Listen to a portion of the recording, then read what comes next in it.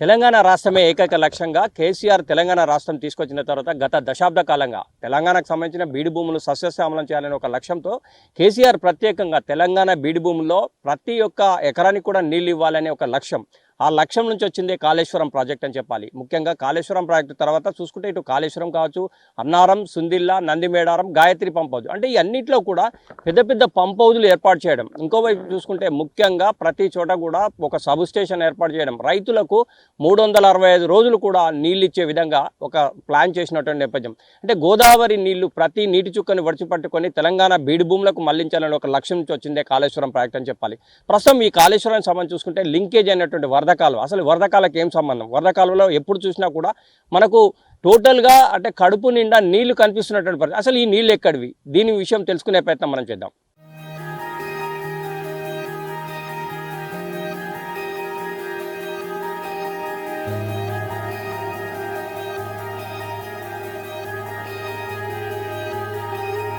మనం ప్రస్తుతం కాళేశ్వరం సంబంధించి చూసుకుంటే ప్యాకేజీ 8 వద్ద ఉన్నాం. అంటే గాయత్రి పంప్ హౌజ్. ఈ గాయత్రి పంప్ హౌజ్కి సంబంధించి చూసుకుంటే 7 పంపులు. 7 పంపుల్లో ప్రస్తుతం 2 పంపులు కంటిన్యూగా గత 2 రోజులు నడుస్తున్నటువంటి పరిస్థితి. ఒక పంపు ద్వారా 3150 క్యూసెక్ల నీరు విడుదలవుతున్నటువంటి పరిస్థితి. ప్రస్తుతం మనం ప్రత్యక్షంగా విజువల్ ద్వారా చూడొచ్చు. అంటే మనకు ఎగువ గోదావరి, మధ్య గోదావరి, దిగువ గోదావరి, అంటే ఈ 3 గోదావరికి సంబంధించి వాటర్ సోర్స్ అనేది వస్తుందని చెప్పాలి. ముఖ్యంగా చూసుకుంటే మనకు ఇటు నందిమేడ ద్వారా సొరంగ మార్గాల నుంచి ఇటు గాయత్రి పంప్ హౌజ్ వస్తాయి. గాయత్రి పంప్ హౌజ్ నుంచి బాహుబలి మోటార్స్ ద్వారా ఈ నీళ్ళన్నీ కూడా వస్తున్నటువంటి పరిస్థితి. అంటే ప్రస్తుతం అయితే ప్రత్యక్షంగా విజువల్ ద్వారా చూడొచ్చు. మనకు ఈ పంపుల ద్వారా వస్తున్నటువంటి నీటి గలగలలు, అంటే పెద్ద ఎత్తున వరద కాలువకు సంబంధించి నీళ్ళన్నీ కూడా వెళ్తున్నటువంటి పరిస్థితి. అంటే ఈ వరద కాలువకు సంబంధించి ఇటు పక్కన ఉన్నటువంటి చెరువులు కావచ్చు, కుంటలు కావచ్చు, ఇటు అంటే అక్కడ ఉన్నటువంటి ప్రత్యక్షంగా రైతులకు కూడా నీరు అందించేందుకు ఈ వరద కాలువ ప్రత్యక్షంగా పనిచేస్తుందని చెప్పాలి. ముఖ్యంగా ఈ విజువల్ చూస్తుంటే మనకు ఇంత ఎండాకాలంలో కూడా నీళ్లు ఇంత స్పష్టంగా ఇంత పెద్ద ఎత్తున పోతున్నాయంటే దానికి భవిష్యత్తు ప్రణాళిక. ఇటు కాళేశ్వరం ప్రాజెక్టు, దానికి సంబంధించి చూసుకుంటే మనం ప్రస్తుతం అయితే ఇది కాళేశ్వరం ప్రాజెక్టుకు సంబంధించి ప్యాకేజీ లింక్ 2 ఇది. అంటే ఇది ప్యాకేజ్ 8. దీనికి సంబంధించే ఈ నీళ్ళన్నీ కూడా ఇటు వరద కాలువ ద్వారా వెళ్తున్నటువంటి పరిస్థితి మనకు కనిపిస్తుంది. ముఖ్యంగా ఈ వరద కాలువ యొక్క కాన్సెప్ట్ ఏంటంటే, గతంలో ఇటు ఎస్ఆర్ఎస్పి కనుక నిండినట్టయితే దాని ద్వారా ఈ వరద అంతా కూడా ఈ వరద కాలువ ద్వారా నీళ్లు వచ్చేందుకు ఏర్పాటు చేసినటువంటి పరిస్థితి. కానీ దీని మీద కేసీఆర్ ప్రత్యేక దృష్టి సారించి వరద కాలువ వట్టిపోతూ ఉంది. మరోవైపు ఈ వరద కాలువ సంబంధించి నీళ్ళని కూడా లేక ఇటు వరద కాలువ ఎండిపోవడం ఒకటైతే, దీని చుట్టుపక్కల గ్రామాల్లో కూడా బావుల్లో కావచ్చు, కుంటల్లో కావచ్చు, చెరువుల్లో కూడా నీళ్లు రాని నేపథ్యంలో గ్రామాలన్నీ కూడా చాలా పెద్ద ఎత్తున రైతాంగం తీవ్ర అవస్థలు పడ్డ నేపథ్యం. ఇవన్నీ దృష్టిలో పెట్టుకొని కేసీఆర్ దీని మీద ఎస్ఆర్ఎస్పి పునర్జీవన పథకం అని ఒక బృహత్తర కార్యక్రమం తీసుకురావడం. ఇటు ప్యాకేజ్ 8 ద్వారా దీనికి సంబంధించి వరద కాలువ 122 కిలోమీటర్లు. ఈ 122 కిలోమీటర్లు కూడా వరద కాలువ అంతా కూడా సజీవంగా నీటితో కనిపించేందుకు ఏర్పాటు చేసినటువంటి పరిస్థితి. అంటే 3 పంప్ హౌజులు, ఇటు జగిత్యాల దగ్గర రాంపూర్, రాజేశ్వరరావుపేట్, మరోవైపు ముక్కాల్. అంటే ఈ 3 పంప్ హౌజుల ద్వారా లిఫ్ట్ చేసి అవసరం అనుకుంటే ఎస్ఆర్ఎస్పిలో కూడా నీళ్లు పంపించేందుకు ప్రత్యక్ష కార్యాచరణ చేపట్టినటువంటి పరిస్థితి. దానికి ప్రత్యక్ష నిదర్శనం ఇప్పుడు ఈ సంబంధించిన ఈ గోదావరి జలాలన్నీ కూడా నిజామాబాద్ సంబంధించి బాల్కొండ వరకు వెళ్తున్నాయంటే మనం ప్రత్యక్షంగా నాటికి సంబంధించి ఏదైతే భవిష్యత్తులో ఎలాంటి సిచ్యువేషన్ వచ్చినా కూడా రైతాంగం ఇబ్బంది పడొద్దు అనే ఒక లక్ష్యంతో ఏర్పాటు చేసినటువంటి ఈ పునర్జీవన పథకం ఇవాళ కళ్ళారా మనకు కనిపిస్తున్నటువంటి పరిస్థితి. ఎందుకంటే మహారాష్ట్రలో బాబ్లీ ప్రాజెక్టు నిర్మాణం జరిగిన తర్వాత ఎస్ఆర్ఎస్పి ప్రాజెక్టు ప్రశ్నార్థకంగా మారింది. దాని కింద ఉన్నటువంటి పొలాలు కూడా ప్రశ్నార్థకంగా మారినటువంటి పరిస్థితి. రైతాంగం అంతా కూడా చాలా దిగులు పడుతున్నటువంటి నేపథ్యం. అంటే ముఖ్యంగా ఎస్ఆర్ఎస్పి మీదనే ఆధారపడ్డటువంటి రైతాంగం అంతా కూడా దిగులు చెందకుండా ఉండడం కోసమే అవసరం అనుకుంటే కాళేశ్వరం ద్వారా లింక్ 1, లింక్ 2, అంటే ఇక్కడ గాయత్రి పంప్ హౌజ్ ద్వారా నీళ్ళు తీసుకొచ్చి వరద కాలువలో నిండు గోదావరిలాగా సజీవంగా నింపి చుట్టుపక్కల ఉన్న చెరువులు నింపడం మరియు కుంటలు నింపడం, అవసరం అనుకుంటే రైతాంగం ప్రత్యక్షంగా మోటార్ల ద్వారా నీళ్లు తీసుకొని పంటలు పండించేందుకు కూడా ఏర్పాటు చేసినటువంటి పరిస్థితి. దానికి అంటే భవిష్యత్తు కార్యాచరణ రూపొందించుకొని వరదకు సంబంధించినటువంటి వరద కాలువను ఎప్పుడు సజీవంగా ఉంచాలనే ఒక లక్ష్యం, ఆ ప్రత్యక్షంగా దానికి పరోక్షంగా చూసుకుంటే కూడా మనకి ఈరోజు కండ్లకు కనిపిస్తున్నటువంటి పచ్చి నిజంగా మనం భావించవచ్చు. దానికి ప్రత్యక్ష నిజమే గాయత్రి పంప్ హౌస్ ద్వారా ఇటు 122 కిలోమీటర్లు వరద కాలువ ద్వారా ఈ జలాలు పోతూ గోదావరి జలాలు 122 కిలోమీటర్లు సజీవంగా మనకు కనిపిస్తున్నటువంటి ప్రత్యక్ష నిదర్శనం అని చెప్పాలి. చూడొచ్చు మనం ప్రస్తుతం అయితే మనకు వెనక కనిపించేది వరద కాలువ. యాక్చువల్గా అయితే వరద కాలువ యొక్క కాన్సెప్ట్ చూసుకుంటే గతంలో కాంగ్రెస్ హయాంలో ఈ వరద కాలువ సంబంధించి అంటే వరద ద్వారా మాత్రమే అంటే ఇటు ఎస్ఆర్ఎస్పి పూర్తిగా నిండితే ఒకవేళ వరద వస్తే మాత్రమే దానికి అనుగుణంగా ఈ వరద కాలువను ఏర్పాటు చేసినటువంటి పరిస్థితి. కానీ ముఖ్యంగా బాబ్లీ ప్రాజెక్ట్ ఎప్పుడైతే మహారాష్ట్రలో నిర్మించారో బాబ్లీ ప్రాజెక్ట్ నిర్మించిన తర్వాత ఎస్ఆర్ఎస్పి చూసుకుంటే ప్రశ్నార్థకంగా మారినటువంటి పరిస్థితి. అంటే ఎస్ఆర్ఎస్పిలో కూడా నీళ్లు రాని పరిస్థితి. ఈ నేపథ్యంలో ప్రతి ఒక్క అంటే ముఖ్యంగా రైతాంగానికి ఎస్ఆర్ఎస్పి ద్వారా చివరాయకట్టు వరకు కూడా నీళ్లు అందించలేని దుస్థితి. ఈ నేపథ్యంలోనే కేసీఆర్ దీని మీద ప్రత్యేక దృష్టి సారించినటువంటి నేపథ్యం. అంటే వరద కాలువను వట్టిగా పోకుండా దీన్ని ఎట్లాంటి పరిస్థితిలో ఎప్పటికి కూడా నీళ్లుంచే విధంగా ఏదో ఒక కార్యాచరణ చేపట్టాలని చెప్పి ఎస్ఆర్ఎస్పి పునర్జీవన పథకం అనే ఒక బృహత్తర కార్యక్రమం కేసీఆర్ తీసుకొచ్చినటువంటి పరిస్థితి. ప్రస్తుతం చూసుకుంటే చూడొచ్చు మన విజువల్ ద్వారా ఇది 122 కిలోమీటర్లు ఉంటుందని చెప్పాలి ఈ వరద కాలువ. అంటే ఒకప్పుడు ఎస్ఆర్ఎస్పి ద్వారా వచ్చినటువంటి వరదను మాత్రమే ఈ వరద కాలువలో ఉంచేది. కానీ ప్రస్తుతం మనకు నిండు కుండలా కనిపిస్తున్నటువంటి ఈ వరద కాలువను అంటే ఇదంతా కూడా కాళేశ్వరం ప్రాజెక్టు లింకేజీ ద్వారా వస్తున్నటువంటి నీళ్లు. ముఖ్యంగా ఎలంపల్లి ద్వారా చూసుకోవచ్చు, ఇటు గాయత్రి పంప్ ప్రాజెక్టు బాహుబలి మోటార్ల ద్వారా వచ్చినటువంటి ఈ నీళ్ళన్నీ కూడా మనకు ఏ విధంగా కనిపిస్తున్నాయో చూడొచ్చు. ఎండాకాలం సైతం కూడా నీళ్లు ఎంత పెద్ద ఎత్తున పోతున్నాయో. అంటే ముఖ్యంగా ఈ వరద కాలువను సజీవంగా ఉంచాలంటే అవసరం అనుకుంటే ఎస్ఆర్ఎస్పి ప్రశ్నార్థకంగా మారిన నేపథ్యంలో ఎట్టి పరిస్థితిలో ఈ ఎస్ఆర్ఎస్పి ద్వారా నీళ్లు ఎట్లా వరద కాలకు రాని నేపథ్యం. ఈ నేపథ్యంలో ఈ వరద కాలువ ద్వారానే అంటే ముఖ్యంగా వరద కాలువను పునర్జీవన పథకం ద్వారా అవసరం అనుకుంటే ఎస్ఆర్ఎస్పికే నీరు రివర్స్ పంపింగ్ ద్వారా పంపించేందుకు ఏర్పాటు చేసినటువంటి పరిస్థితి. చూడొచ్చు విజువల్ ద్వారా కూడా మనకు నీళ్లు ఎట్లా తన్నుకుంటూ వస్తున్నటువంటి పరిస్థితి. అంటే ఇంత ఎండాకాలంలో కూడా నీళ్ళు వస్తున్నటువంటి పరిస్థితి. అంటే ముఖ్యంగా దీనికి సంబంధించి 122 కిలోమీటర్ల దూరంలో 3 పంప్ హౌజులు రాంపూరు, రాజేశ్వరపేట, ముప్కాల్ ఈ 3 పంప్ హౌజులు ఏర్పాటు చేయడమే కాదు, ఈ పంప్ హౌజుల ద్వారా అంటే చుట్టుపక్కల ఉన్నటువంటి గ్రామాలకు సంబంధించినటువంటి చెరువులు కావచ్చు, కుంటలు కావచ్చు, ప్రతి ఒక్కటి కూడా దీని ద్వారా నింపే ఏర్పాటు ఒక ఎత్తు అయితే, మరోవైపు రైతాంగం కూడా పక్కనే ఉంటే ఒకవేళ డైరెక్ట్ కూడా మోటార్లు వేసుకునేటువంటి వీలు కల్పించినట్టు నేపథ్యం మనకు స్పష్టంగా కనిపిస్తుంది. ముఖ్యంగా వరద కాలువ చూసుకుంటే ఈరోజు సజీవంగా మనకు కనిపిస్తుంది.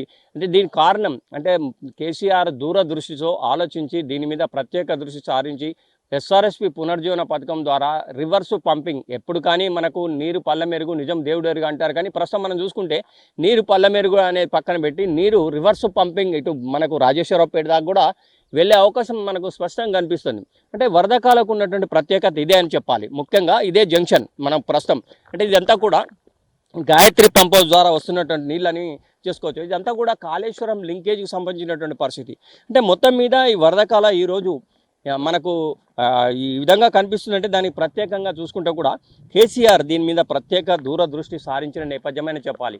అంటే ఈరోజు కనుక మనకు ఈ గాయత్రి పంప్ హౌస్, నందిమేడారం కావచ్చు, ఇవన్నీ కూడా లేకుంటే మాత్రం ఈ నీళ్ళు ఇక్కడ వచ్చేవి కాదు. ఓన్లీ వరద కాలువ ఎండిపోయి ప్రశ్నార్థకంగా కనిపించేది. కానీ ఈరోజు వరద కాలువ నిండుగా కనిపిస్తుందంటే దానికి ప్రత్యేక నిదర్శనం మనం చూసుకుంటే మాత్రం దీని మీద ప్రత్యేక దృష్టి సారించడం, పునర్జీవన పథకం ద్వారా రివర్స్ పంపింగ్ చేయడం, 3 పంప్ హౌజులు ఏర్పాటు చేయడం, ఇదంతా కూడా రైతాంగాన్ని దృష్టిలో ఉంచుకొని కేసీఆర్ చేసినటువంటి బృహత్తర కార్యక్రమం అని చెప్పి రైతాంగం అంతా కూడా మనకు ఎక్కడికి వెళ్ళినా చెప్తున్న నేపథ్యం మనకు స్పష్టంగా కనిపిస్తుంది. 122 కిలోమీటర్లు మనకు అంటే వరద కాలువ ఒకప్పుడు ఎండిపోయినటువంటి వరద కాలువ ఈరోజు ఎక్కడ చూసినా కానీ మనకు నీటి గలగలలు కనిపిస్తూ ఉంటాయి. ఇది వరదకాలకు సంబంధించినటువంటి విషయం. అసలు ఈ వరదకాలకు సంబంధించి రైతులు ఏమంటున్నారు, వారితో కూడా మాట్లాడి మరిన్ని విషయాలు తెలుసుకునే ప్రయత్నం మనం చేద్దాం.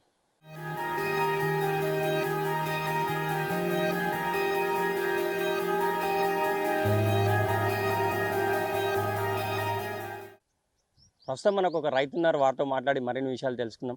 ఇప్పుడు ఈ వరద కాలువ నీళ్లు పోతున్నాయి కదా, అంటే గతంలో ఎట్లుండే ఇప్పుడు ఎట్లున్నాయి? అప్పుడు తక్కువ ఉండే, చాలా తక్కువ ఉండే. ఇప్పుడు చాలా ఎక్కువైన కేసీఆర్ ప్రభుత్వం నుంచి చాలా ఎక్కువ వస్తున్నాయి.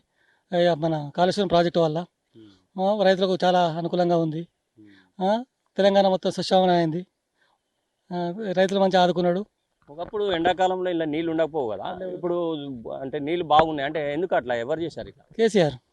కేసీఆర్ హయాంలో ప్రాజెక్ట్ కావడం వల్ల సస్యమనం అయింది తెలంగాణ మొత్తం.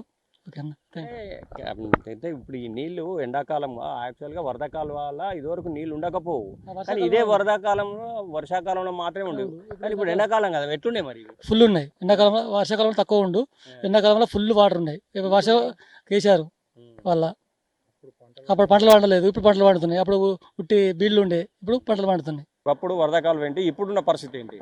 అప్పటికి ఇప్పటికి కొద్దిగా మెరుగు నీళ్ళనే మాకు బతుకు తెరువు వరదకాలు వస్తేనే మొన్నటిదాకా 3 రోజులు ఉంది నీళ్ళే లేవు మాకు. మళ్ళీ ఇవ్వాలనే అదని వరదకాలు వస్తేనే నీళ్ళ సౌలైతే మాకు, లేకపోతే నీళ్ళే లేవు. అంత మెట్ట పంతమేనే, ఎంత ఎడార లెక్కనే, నీళ్ళు లేవు. ఏం బాగా ఇబ్బంది, అన్నిటికీ కరెంటు ఇబ్బంది, నీళ్ళది ఇబ్బంది, అన్ని ఇబ్బంది. ఇవన్నీ కేసీఆర్ వచ్చినాకనే నీళ్ళు వచ్చినాయి, కరెంట్ వచ్చింది, మాకు అన్ని సౌలతులు అయినాయి. అంతకుముందు 6 గంటలు 7 గంటలని అందులో 1 గంట పోవు, రాత్రి 3 గంటలు, పొద్దాక 3 గంటలు కరెంటు గట్లే ఉంటుండే. అదే ఇబ్బంది అవు. ఇప్పుడు నీళ్ళ సౌలతి ఈయన కేసీఆర్ వచ్చిస్తుంది మెరుగైంది. వరదకాలకు తూము పెట్టి నీళ్ళు సౌలత్ చేసారు. అప్పటి సందే చెరలో నిండితే. అంతకుముందు వరదకాలం ఎట్లుండే? అంతకుముందు 6 రకాలు ఉన్నది కానీ నీళ్ళు అటుకనే అది అవుతుండే, అట్టే పీకుతుండే. తూములు పెట్టిస్తుంది మాకు మెరుగైనాయి. అప్పుడు కేసీఆర్ వచ్చినాక తూములు పెట్టి మాకు మెరుగైనాయి, చెర్లకు నీళ్ళు వచ్చినాయి. అప్పటిదాకా సౌలతి లేదు. ఇంకో రైతు కూడా మాట్లాడించే ప్రయత్నం చేద్దాం. చెప్పే అసలు ఏంది వారు? మాకు ఇన్నోతులు నీళ్ళు లేవు అంత ముదిగాలు. కేసీఆర్ సార్ వచ్చిన నుంచి అయితే మొత్తం నీళ్ళు నాకు సలవతి మంచిగా ఉంది. ఇప్పుడు రైతు బంధు చూద్దాం, ఈ రేవంత్ రెడ్డి ఇస్తలేడు. అప్పుడు రైతు బంధు మంచిగా పడ్డది, రైతుకు ఏ కొదువు లేకుంటున్నది మంచిగా. మాకు ఇప్పుడు అన్ని కష్టాలే మొత్తం. మాకు నీళ్ళు చూద్దాం సక్క అత్తలేవు, పొలాలు ఎండిపోతున్నాయి ఎక్కడెక్కడనే. ఇప్పటికీ కాలువ మొత్తుకుంటే ఇప్పుడు ఇట్టుర్రు, ఈ నీళ్ళు అందతట్టలేవు మాకు తూములకు. మా తూములకు నీళ్ళు వస్తట్టు చేయర్రి, అన్నీ మాకు మంచిగా సలవా చేస్తేనే మంచిగా. ఈయన వచ్చిన నుంచి ఏం లేదు, ఎడారి మొత్తం మాకు. అప్పుడు కేసీఆర్ వచ్చిన నుంచే మంచిగా ఉన్నది, ఇప్పుడు మొత్తానికి మళ్ళీ ఎడారి లెక్క అయిపోతుంది మాకు. మొత్తం పొలాలు ఎండిపోతున్నాయి అన్నీ. ఈ రైతు బంధు ఇస్తలేడు, రైతులు బాగా తిప్పలు పడుతుర్రు ఎక్కడెక్కడ, అందరూ ఓలో చచ్చిపోతుర్రు, ఘోరం అవుతుంది. అన్నీ ఇస్తేనే మాకు మంచిగా సలవా చేస్తేనే మంచిగా, కానీ ఏం సలవతి లేదు ఈయన వచ్చిన నుంచి మాకు. రైతుకు అన్నది ఏం సలవతి లేదు, మేము మస్తు కష్టంలో ఉన్నాం. ఇప్పుడు కేసీఆర్ గారు వచ్చిన కాడికెళ్ళే, ఈ కాలువ వచ్చిన కాడికెళ్ళే వస్తున్నాయి. అంత మొదలు బయటకు వెళ్ళిపోయినాయి. ఎప్పుడైతే మాకు తూములు ఇచ్చిండో అప్పటి నుంచి నీళ్ళ సౌలత అయింది. ఇప్పుడు కొంచెం పంటలు మంచిగా పండుతున్నాయి. అంత మొదలు పొలాలు వేసుకుంటే ఎండిపోయేది. ఇప్పటి వరకు అయితే సౌకర్యం బాగున్నది ఈ నీళ్ళ వలన. ఇప్పుడు ఈ తూములు అయితే ఆ తూము పెట్టుట్లా మాకు మంచి అనుకూలం ఉండేది. మాకు వ్యతిరేకం అదే కేసీఆర్ వచ్చిన కాడికెళ్ళి ఆ తూము పెట్టుకున్న కాడికెళ్ళి మాకు సౌలతి మంచిగా వస్తున్నాయి. ఇప్పుడైతే అనుకూలంగా ఉన్నాం. మేము బుద్ధి నేర్చినప్పటి ఎప్పుడు ఎడారే. ఇక ఎప్పుడైతే కేసీఆర్ వచ్చాడో ఆ నీళ్ళు ఇప్పుడు ఇక్కడ ఈ లక్ష్మీపురం అది కాలువ వేసేసింది, ఆడ మోటార్లు వేసేసింది, మాకు నీళ్ళు వచ్చినాయి. అప్పటి నుండే రైతు బంధు చేసుడు, రుణమాఫీ చేసిండు, పింఛన్లు కూడా ఇచ్చిండు. ఇప్పుడు పింఛన్లు కూడా గవే 4,000 ఇస్తాడు, 4,000 లేవు. ఇక గవే 2,000 గవే లెక్కలు ఇస్తాడు. అన్నీ ఆనుడే అబద్ధాలు ఆనుడే, ఏది సకాలం లేదు. ఇక నీళ్ళు కూడా మొన్నటిదాకా లేవు ఇలా వరదకాలంలో. ఇప్పుడు అంత 3 రోజుల నీళ్ళు వాటి. ఇక ఈ ప్రకారంగా రైతులు ఇట్లా చేస్తాడు. కేసీఆర్ ప్రభుత్వం మంచిగా చేసిండు, మాకు పర్లేదు. రైతులు మంచిగా బతికినాం. పూడిక కూడా తీయలేకపోతే పైసలు కూడా వచ్చిన వడ్ల పైసలు ఆ డబ్బులు ఆ బాయిలకే అయిపోయినాయి. ఇక ఆయన చూసింది కొంచెం మెరుగు, మాకింత కడుపు నింపుకోవడం పుట్టవచ్చుకున్నాం. అప్పటికి ఇప్పటికి ఉన్న వరదకాల పరిస్థితి ఏంటి అసలు? ఇప్పుడు అయితే వరద కాలువల నీళ్ళు ఇవ్వట్లేదు ఈ ప్రభుత్వం. అప్పుడు కేసీఆర్ సార్ ఉన్నప్పుడు 360 రోజులు నీళ్ళు పోతున్నాయి వరద కాలువ వెంబడి. మాకు తూముల ద్వారా అప్పుడు పరిస్థితి చాలా దారుణంగా ఉండే. తూముల ద్వారా చెరువులను నింపుకొని మంచిగా మేమందరం రైతులను కలిసి పంటలు పండించుకొని మంచిగా అప్పుడు చల్లగా బతికినాం. ఇప్పుడు ఏం లేదు. ఇప్పుడు ఒర్రె పక్క పండి ఉన్న భూములకు కూడా మాకు బాయిలు లేని పరిస్థితి, ఒర్రె పక్క పండి ఒర్రెలకే నీళ్ళు పోసుకున్న పరిస్థితి. ఇప్పుడు 3 రోజుల నుంచి వరదకాలు ఇప్పారు. ఈ 3 రోజులు వరదకాలు ఇప్పితే ఈ తూములకు వాటర్ అంతలేవు, మా చెరువులు నిండుతలేవు, మాకు ఒర్రెలకు నీళ్ళు ఎప్పుడు వస్తాయి, మా పంటలు ఎట్లా ఎండిపోయే పరిస్థితి వచ్చింది. ఇప్పుడు పొట్టకొచ్చింది, ఇప్పుడు వరి పొట్టకొచ్చింది. ఇప్పుడు నీళ్ళు కావాలి.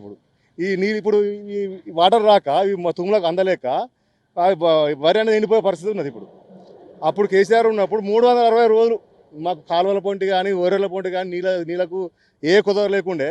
ఇప్పుడు వీళ్ళకి ఎందుకో మరి వీళ్ళు అన్నీ పెట్టిన పోయి కట్టిన ఇళ్ళకి ఇచ్చినా కానీ కూడా వీళ్ళు పనిచేసే సాధన అవుతుంది వీళ్ళకు. మన రైతులము మా పరిస్థితి దారుణంగా ఉన్నది, చాలా దారుణంగా ఉన్నది.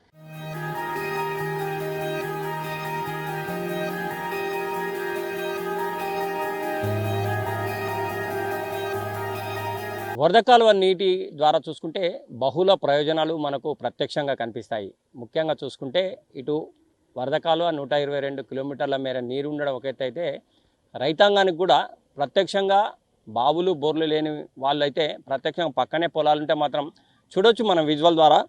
ప్రత్యక్షంగా వాళ్ళు కాలువలోనే పంపులు ఏర్పాటు చేసుకొని పైపుల ద్వారా నీరు తమ పంట పొలాల్లోకి తీసుకెళ్లేందుకు ఏర్పాటు చేసుకున్నటువంటి పరిస్థితి మనకు స్పష్టంగా విజువల్ ద్వారా చూడొచ్చు. అంటే బహుళ ప్రయోజనాలు అనటానికి ప్రత్యక్ష నిదర్శనంగా కూడా చెప్పాలి. దీని ద్వారా రైతాంగానికి సాగునీరు అంటే డైరెక్ట్ వరద కాలువ ద్వారానే తీసుకునే ఏర్పాటు ఉంటుంది. దీంతో రైతాంగం కూడా చాలా పెద్ద ఎత్తున తాము పండించే పంటలకు నీరు అందక బాధపడాల్సిన అవసరం ఉండదు. ఎందుకంటే వరద కాలువలో కనుక ఎప్పుడు నీరు ఉన్నట్టయితే రైతాంగానికి ఇటు సాగునీరుకైతే డోకా లేదనే చెప్పాలి. దాన్ని దృష్టిలో ఉంచుకొని అప్పుడు ఈ వరద కాలువను ఎట్టి పరిస్థితిలో పునర్జీవన పథకంలో భాగంగా ఎప్పుడు నిండుకుండలా ఉంచాలనే ఒక లక్ష్యం, దానికి ప్రత్యక్ష నిదర్శనం మనం విజువల్ ద్వారా కూడా చూస్తున్నాం. పైపులు ఇటు రైతాంగానికి నీళ్ళు అందించేందుకు, సాగునీరు అందించేందుకు ఏర్పాటు చేసినటువంటి పరిస్థితి. ముఖ్యంగా రైతాంగానికి దృష్టిలో ఉంచుకొని నాడు బీడి భూములున్న ప్రతి చోట కూడా సస్యశ్యామలం చేయాలి. తెలంగాణ ప్రాంతాన్ని బీడి భూముల నుంచి రక్షించి ఎక్కడ చూసినా కూడా గ్రీనరీగా ఉండాలి, సాగునీరు అందించాలి. రైతాంగానికి గోదావరి జలాలు ప్రతి చుక్కను ఒడిసిపట్టుకొని తెలంగాణ బీడి భూములకు మళ్లించాలనే లక్ష్యం. ఆ లక్ష్యంలోంచి వచ్చినటువంటి ప్రాజెక్టులు ఒక ఎత్తు అయితే, మరోవైపు ఇటు వరద కాలువ, ఆ వరద కాలువ సంబంధించి చూస్తే కూడా బహుళ ప్రయోజనాలు మనకు ప్రతి చోట కనిపిస్తూ ఉంటాయి. అంటే ఈ నీళ్ళే కనుక వరద కాలువలో ఉన్నట్టయితే ముఖ్యంగా భూగర్భ జలాలు పెరిగే అవకాశం ఉంటుంది. బోరింగుల్లో నీళ్ళు వస్తాయి, బావుల్లో నీళ్ళు వస్తాయి, చెరువుల్లో కుంటల్లో కూడా నీటి ఊటలు వచ్చే అవకాశం ఉంటుంది. అంటే ఇన్ని బహుళ ప్రయోజనాలు ఉన్నటువంటి ఈ యొక్క వరద కాలువను భవిష్యత్తు దృష్టిలో ఉంచుకొని ఇలాంటి కార్యాచరణ చేపట్టినటువంటిది కేసీఆర్. ముఖ్యంగా దీనికి అనుగుణంగానే మనకు ఇప్పుడు ప్రత్యక్షంగా మనం విజువల్ ద్వారా కూడా చూసినటువంటి పరిస్థితి. అంటే రైతాంగానికి 3 పంటలు పండించేందుకు కూడా అవకాశం ఉంటుంది. దాన్ని ఉద్దేశం ఉంచుకొని ఈ వరద కాలువ వట్టిగా ఉండొద్దు, దీని పునర్జీవన పథకం ద్వారా 3 పంప్ హౌస్లు ఏర్పాటు చేయడం ఒక ఎత్తు అయితే, రివర్స్ పంపింగ్ అంటే అక్కడి వరకు ఎస్ఆర్ఎస్పి వరకు కూడా నీళ్లు పంపించేందుకు ఏర్పాటు చేస్తే ఇటు చెరువులు నిండుతూ ఉన్నాయి, కుంటలు నిండుతూ ఉన్నాయి, భూగర్భ జలాలు పెరుగుతూ ఉన్నాయి. రైతులు కూడా ప్రత్యక్షంగా వరద కాలువ నుంచి పంటలు పండించుకున్నటువంటి పరిస్థితి అయితే మనకు స్పష్టంగా వరద కాలువ ప్రతి చోట అంటే పొడుగుతా మనకు కనిపిస్తూ ఉంటాయి.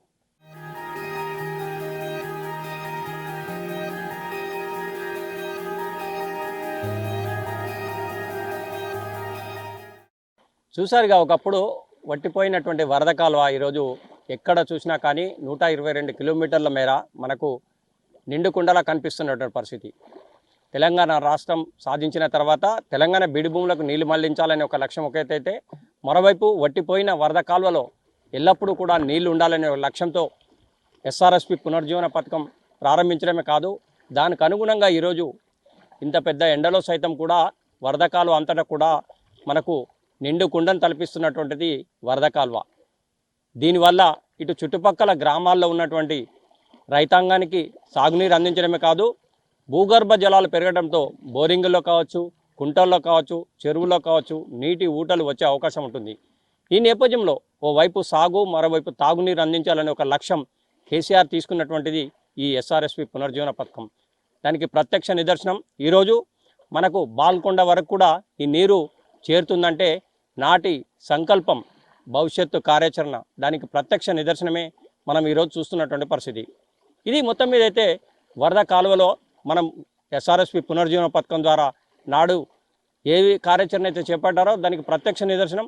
మనకు ప్రతి చోట కూడా నిండు కుండను తలపిస్తున్న వరద కాలువే ప్రత్యక్ష నిదర్శనం అని చెప్పాలి. కెమెరా పర్సన్ సుధాకర్తో వేణుగోపాలరావు, టీ న్యూస్, కరీంనగర్.